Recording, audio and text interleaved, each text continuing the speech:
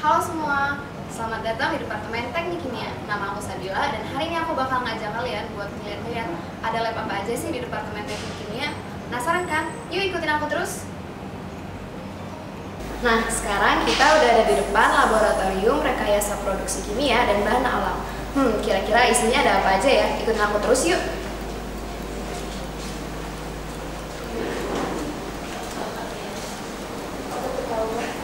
Halo, pagi penjajan. Halo, selamat pagi. Selamat datang di lab rekayasa reaksi konversi gas alam Fakultas Teknik Universitas Indonesia. Di sini kita datang di lab penelitian untuk mahasiswa S1, S2, dan S3. Nah, di sini ada beberapa macam alat, terutama dari alat penelitian karbon nanotube untuk mahasiswanya, dosennya Dr. Wulan. Nah, ini kedua, ini ada penelitian fotokatalitik. Ini penelitian S3-nya Prof. Selamat. Nah, di sini lagi ada beberapa macam lagi, ada reaktor partikel nanotube juga itu sendiri. Nah, ini Dr. Fedrika Wulan juga. Nah, ini ada reaktor pressure stirrer bed reactor. Ini penelitian Dr. Bambang Heru. Nah, di sini seterusnya, di sini ada pressure bed reactor pressure drop. Ini untuk tekanan tinggi.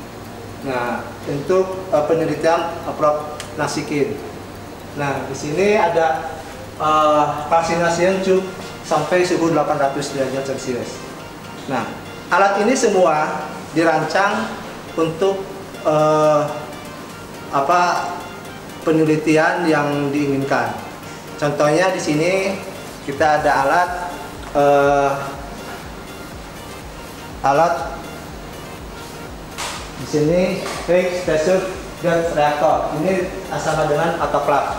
Autoclave ini dirancang dari kecil sampai sesuai kebutuhan sampai besar. Nah, kenapa kecil? Dulu penelitiannya hanya 200 cc sampai sekarang ke 600 atau 700 cc. Nah, di sini alat ini bertekanan sampai 30 bar atau 50 bar, tapi diputar. Nah, alat ini hasil karya lab RPKA juga. Nah, bisa dikembangkan ke alat yang lain. Nah, itu terdiri dari macam-macam alat lain. Banyak mahasiswa S3 yang digunakan untuk alat di sini. Dan ini alat yang lainnya. Nah, yang lain untuk instalasi gas dan lain-lainnya kita dibuat untuk dari inputan langsung dari terminal langsung ke sini, langsung ditekankan ke alat yang itu sendiri. Oke, alat ini semua dilakukan untuk penelitian. Oke. Alat ini sebenarnya sudah ada buatan Amerika, itu namanya VAR, mereknya VAR. Nah, alat ini namanya autoclave. Autoclave yaitu untuk membuat reaksi katalis itu sendiri dengan bertekanan dan diputar juga gitu. Nah, alat ini buatan lab di sini gitu, lab RPKA.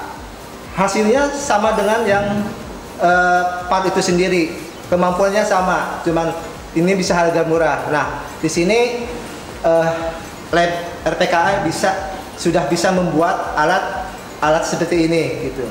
Nah, alat ini sudah dibuat ke UNS, ke ITS, dan ke Unbrau.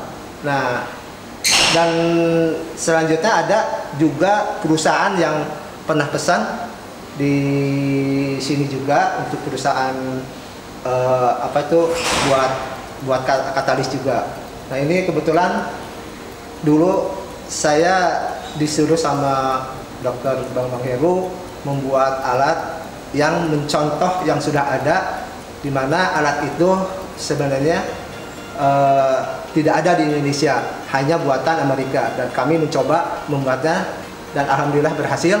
Kita membuat ini sampai bertekanan 50 bar dengan diputar. Dan keunggulan ini alat ini bisa diprogram suhunya. Nah, lain dengan buatan Amerika. Kalau buatan Amerika atau merek itu sendiri hanya suhu sekian, 300 ke 300. Kalau ini diprogram, kenaikan suhunya bisa diprogram. Nah, ini keunggulannya. Dan bila mana ada kebocoran atau apa, kita bisa tangani sendiri. Kalau dari perusahaan VAR itu sendiri, kalau ada kebocoran kita harus kontak ke agennya itu langsung, dan itu lama. Alhamdulillah kita sudah bisa mengembangkan alat autoclave ini dengan ikut disamakan dengan yang sudah ada, contohnya dari autoclave yang dari VAR itu. Apa itu?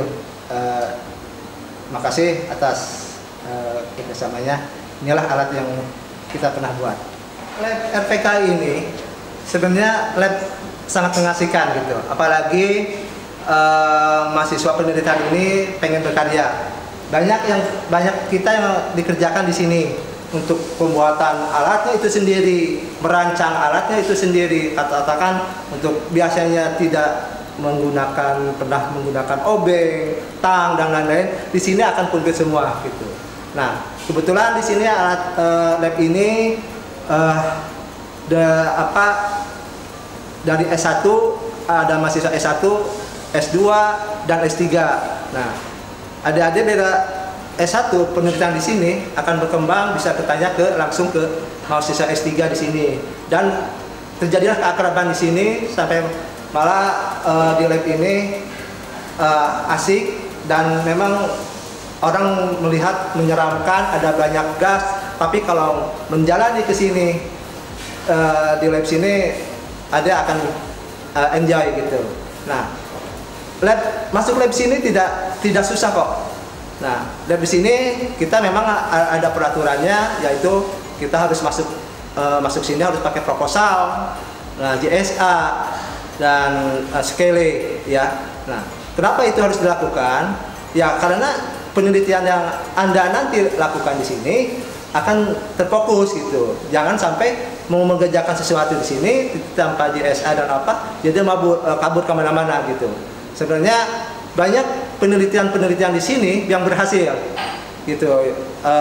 Dulu ada yang saya sampai kerjanya di selang bersih, di Pertamina. Nah, dan kebanyakan alhamdulillah di sini penelitian di sini dosen-dosennya atau pembimbingnya sangat akrab dan enjoy. Oke, disinilah sekilas di lab RPKA. Makanya adik-adik atau siapa yang mau masuk sini, ayo berkembangkanlah imajinasi Anda sekalian. Oke. Wah, makasih banyak ya Pak atas penjelasannya, informatif banget deh. Oke, sama-sama. Terima kasih juga saya sudah berkunjung ke sini. Nah, itu dia guys penjelasan dari lab RPKA. Mau tahu lab-lab selanjutnya? Ikutin terus ya. Kalau sekarang kita lagi di depan laboratorium energi berkelanjutan. Dari namanya aja sih udah menarik banget. Yuk langsung ikutin. Halo Kak. Hai. Halo, ini ada lab teknologi energi berkelanjutan. Lab ini fokus terhadap energi berkelanjutan atau terbarukan. Lab ini bukan untuk praktikum, tetapi untuk mahasiswa penelitian atau riset yang dimana mereka mengerjakan tugas akhirnya, skripsi, tesis, dan disertasi. Lab energi berkelanjutan ini fokus untuk menciptakan produk-produk yang energi terbarukan. Contohnya bisa bahan bakar bio-oil, kemudian ada komposit, ada hidrogel, dan karbon aktif, dan lain sebagainya. Jadi di sini ada alatnya, ada ada reaktor aktivasi di sini untuk mengaktifasi karbon aktif. Karbon aktif itu bisa dari bahan alam, cangkang kelapa sawit, kulit durian, kulit singkong. Kemudian ini ada reaktor pirolisis. Jadi biasanya ada feednya adalah polipropilen, kemudian ditambah dengan bonggol jagung yang juga dari bahan alam, kemudian diproses dengan carrier gasnya adalah N2, kemudian melalui proses pirolisis dan akan dihasilkan bioil. Terus yang ini adalah reaktor hidrogenasi. Dia feednya dari yang hasil dari pirolisis, contohnya misalkan bioil, kemudian dimasukkan ke sini melalui proses hidrogenasi dan dihasilkan gas hidrogen. Kemudian ini ada alat yang keempat. Ini adalah adsorpsi. Jadi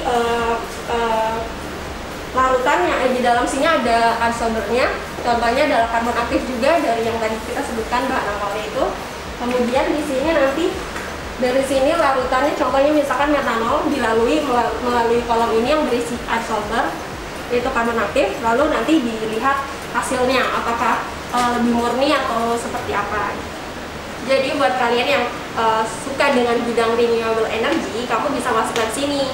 Nah, di sini tuh harus dibutuhkan beberapa soft skill dan hard skill. Kalau soft skill mungkin kalian bisa dapat di bangku kuliah dari dosen-dosen kalian tentang termodinamika, bidang mekanik ya. Kemudian kalau misalkan hard skillnya, di sini mungkin sama seperti lab-lab lainnya. Kita butuh ke skill untuk analis seperti menimbang, membuat larutan, kemudian pemisahan, destilasi, fraksinasi, seperti itu. Tapi ada yang lebih berbeda dari lab-lab lain mungkin, karena di sini tentang reaktor.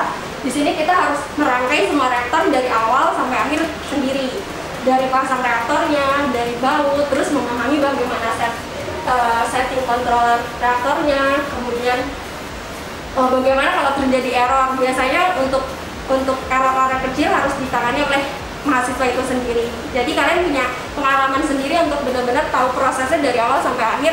Gimana sih, misalkan contohnya produknya bioil itu dihasilkan, terus error-errornya di mana saja, gitu, trouble-trouble-nya di mana saja, itu bisa kalian dapatkan. Oke, cukup ya penjelasan dari aku. Kalau misalkan memang ada yang masih penasaran sama lab ini, kalian harus bisa masuk sini. Jadi makanya rajin belajar, dan atau masih penasaran sama jurusan-jurusan lain atau lab-lab lain, silakan terus pantengin teknik open house selanjutnya. Semangat belajar ya. Makasih ya Kak, penjelasannya cukup singkat, menarik, dan padat. Oke, sama-sama. Nah, itu tadi dia tour lab dari Laboratorium Energi Berkelanjutan. Dengarkan tadi kata kakaknya kalau mau masuk sini, semangat ya belajarnya. Yuk ikutin aku.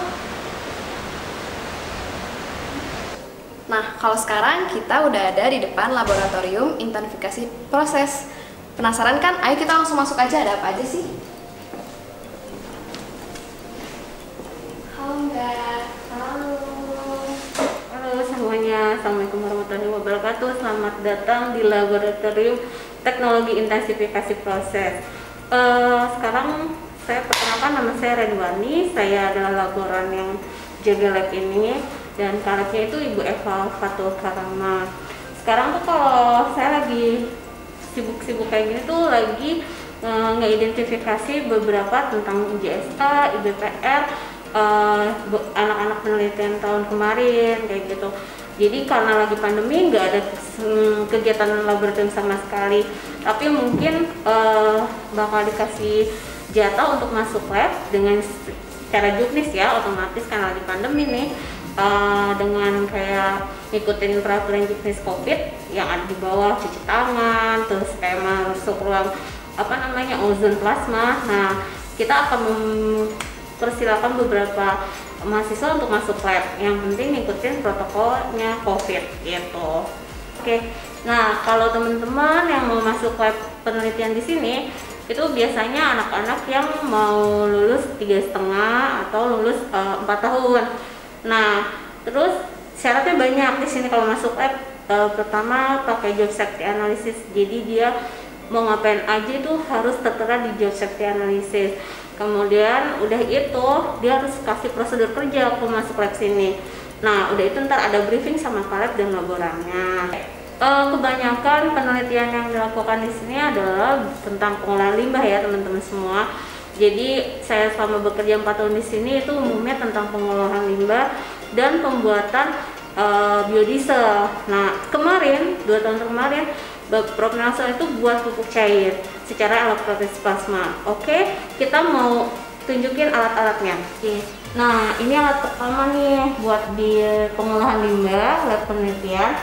Nah, biasanya itu kita pertama kali adalah uji fisika, berarti uji pengendapan sih salah satunya, yaitu ngecek pengendapan limbah. Nah, pakai beberapa seperti kayak zeolit, PAC dan lain-lainnya. Nah, ini biasanya digunakan sama seluruh tim peneliti yang bisa mengolah limbah. Nah, jar tes ini biasanya dipakai semua peneliti, dan tapi umumnya karena ini alatnya Prof Sutrasno, jadi dia prosedurnya seperti biasa harus melakukan izin dulu sama semua sama Prof Sutrasno-nya sendiri ya. Jadi nggak boleh langsung pakai karena limbahnya Prof Sutrasno kan beda banget sama limbah-limbah yang lain. Jadi tetap harus izin dulu kalau memakai suatu instrumen yang ada di laboratorium teknologi intensifikasi proses. Nah, ini alat penelitiannya dari tim Probismo. Terakhir ini untuk pengolahan limbah fenol. Nah, tapi 2 tahun yang lalu juga bisa digunakan untuk pengolahan pembentukan biodiesel biasanya. Nah, ini punya Probismo penelitiannya. Jadi ini biasanya untuk fenol tuh kemarin degradasinya limbahnya lumayan cukup membantu sih untuk pengolahan limbah. Teman-teman semua, ini adalah salah satu instrumentasi yang digunakan untuk analisa di lab TIP ya. Nah, ini namanya spektrofotometer. Jadi kalau nanti teman-teman masuk DTK pasti menggunakan dan masuk lab ya, otomatis akan berkenalan dengan namanya spektrofotometer. Spektrofotometer ini biasanya digunakan untuk mengukur COD, terus kemudian kemarin juga pengukuran limbah fenol, terus juga mengukur nitrat yang terkandung dalam pupuk cair seperti itu. Jadi yang penting penggunaan spektrofotometer ini adalah ada standarisasinya atau kalibrasinya dari senyawaan yang pengen dianalisa gitu. Nah, cukup itu, sekian tour labnya hari ini ya ke lab TIP. Nah, untuk teman-teman yang pengen masuk Departemen Teknik Kimia di FTUI, semangat belajarnya, jangan patah semangat. Lagi masa pandemi ini nge-lab tetap oke, walaupun itu basah atau kering. Oke? Wah, makasih banyak ya Mbak atas penjelasannya dan motivasinya nih. Oke, sama-sama. Sekian ya tour lab di TIP, mudah-mudahan bermanfaat. Semangat buat masuk yang DTK. Oke. Tuh, dengerin ya. Yuk kita ke lab selanjutnya. Nah, lab yang satu ini adalah lab yang paling sering digunakan untuk kegiatan praktikum mahasiswa. Namanya Laboratorium Dasar Proses Kimia. Yuk langsung masuk. Halo Kak. Hai. Halo. Selamat datang di Laboratorium Dasar Proses Kimia. Perkenalkan, nama saya Dini Kistarianti. Saya adalah laboran di Lab Dasar Proses Kimia. Nah, laboratorium ini merupakan laboratorium praktikum dan juga penelitian yang biasa digunakan untuk mahasiswa kelas reguler, paralel maupun internasional. Untuk kegiatan praktikum di lab ini yaitu ada praktikum kimia dasar dan kimia organik untuk mahasiswa semester 2, ada praktikum kimia analisis dan kimia fisika untuk mahasiswa semester 3, dan juga ada praktikum biokimia untuk semester 4. Untuk kegiatan penelitian di lab dasar proses kimia ini biasanya digunakan untuk mahasiswa tingkat akhir yang sedang mengerjakan tugas akhir mereka, yaitu ada skripsi, tesis maupun disertasi yang mana membutuhkan bahan kimia maupun alat serta instrumentasi yang tersedia di lab dasar proses kimia ini. Untuk tujuan yang diharapkan ketika telah masuk ke lab dasar proses kimia adalah mahasiswa diharapkan dapat memahami bagaimana proses kimia terjadi dan dapat menarik kesimpulan dari apa yang telah dilakukan. Dan selain itu juga diharapkan mahasiswa juga semakin terampil dalam menggunakan alat-alat laboratorium yang tersedia di lab ini. Kalian pasti penasaran kan sama alat-alat yang tersedia di lab dasar proses kimia? Nah, ini dia alatnya. Nah, ini salah satu alat yang ada di lab dasar proses kimia adalah kromatografi gas. Nah, alat ini berfungsi untuk mengukur kadar suatu sampel dan juga untuk memisahkan suatu senyawa dalam campuran berdasarkan perbedaan titik didihnya. Nah, biasanya alat ini digunakan untuk mengukur kadar benzen toluensilen yang terdapat pada sampel tinap. Nah, untuk alat selanjutnya adalah alat spektrofotometer ini. Nah, alat ini berfungsi untuk mengukur absorbansi dan juga transmitan pada suatu sampel uji. Nah, biasanya alat ini digunakan untuk kegiatan praktikum dalam pengujian vitamin C pada suatu sampel buah. Selanjutnya adalah alat centrifuge. Nah, alat ini berfungsi untuk memisahkan antara partikulat padat dan cairan dengan memanfaatkan gaya sentrifugal. Untuk selanjutnya, ini adalah alat yang namanya inkubator. Nah, alat ini berfungsi untuk menginkubasi suatu mikroba pada kondisi tertentu, misalnya untuk pengaturan suhu 37 derajat, 30 derajat, dan sebagainya. Nah, untuk alat ini digunakan dalam praktikum biokimia dan juga untuk kegiatan penelitian lainnya. Nah, ini merupakan tempat untuk penyimpanan bahan-bahan kimia yang ada di lab dasar proses kimia. Nah, untuk bahan kimia yang tersedia di sini ada bahan padat dan juga bahan cairan. Nah, untuk bahan padatnya sendiri ada yang bersifat basah, yaitu contohnya ada natrium hidroksida dan juga ada potasium hidroksida. Serta ada juga untuk bahan-bahan yang sifatnya logam, diantaranya ada aluminium dan juga untuk ada besi juga di sini. Ya, sekian dari perkenalan untuk lab dasar proses kimia ini. Bagi kalian yang tertarik dan pengen banget belajar di Departemen Teknik Kimia, semangat belajarnya ya. Nah, jadi kalau di Departemen Teknik Kimia itu ada 2 prodi. Yang pertama ada Teknik Kimia dan yang kedua ada Teknologi Bioproses. Untuk lab yang akan kita kunjungi kali ini biasanya untuk praktikum anak Teknologi Bioproses. Nama labnya itu adalah Laboratorium Rekayasa Bioproses. Nah, sebelum kita masuk, kita harus pakai sepatu dulu nih. Nah, untuk lab rekayasa bioproses ini merupakan laboratorium praktikum maupun penelitian di mana biasa dilakukan untuk mahasiswa pada program studi bioproses. Nah, untuk kegiatan praktikum di sini yang dilaksanakan adalah praktikum unit operasi bioproses 1 yang dilakukan oleh mahasiswa semester 4 dan juga unit operasi bioproses 2 yang biasa dilakukan oleh mahasiswa semester 5. Untuk kegiatan penelitian di lab rekayasa bioproses ini biasanya untuk dilakukan pada mahasiswa pada semester akhir, yaitu untuk kegiatan skripsi, tesis maupun disertasi yang mana mereka sangat membutuhkan bahan kimia, alat maupun instrumentasi yang tersedia di lab rekayasa bioproses ini.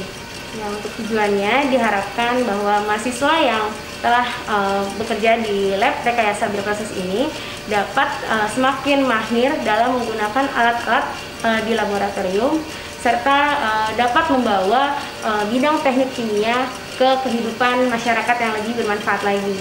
Selanjutnya adalah tentang alat. Nah, untuk alat di laboratorium rekayasa bioproses ini ada yang namanya alat spektrofotometer, di mana alat ini berfungsi untuk mengukur absorbansi dan juga transmitan pada suatu sampel uji. Nah, biasanya digunakan untuk kegiatan praktikum maupun penelitian. Ya, untuk selanjutnya alat ini adalah alat shaker water bed, yang mana alat tersebut berfungsi untuk menghomogenkan suatu sampel dengan kecepatan dan juga suhu tertentu.